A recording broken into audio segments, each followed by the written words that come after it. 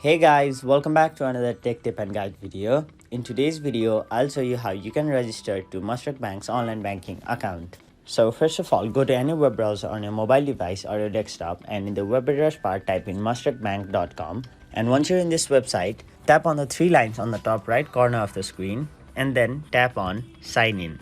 After that, you can choose whether you want to register to Mashreq Online, Mashreq Business Online, Matrix, eTrade or FL Online. You can choose whichever option is most suitable for you, and then it will redirect you to this page where you'll have to tap the option register now just below the password box.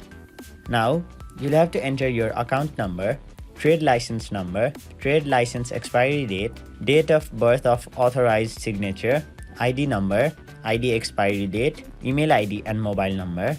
After you've entered all of those, tap validate, and once you follow all the steps provided to you, you'll be successfully registered to Mashreq Bank's online banking account.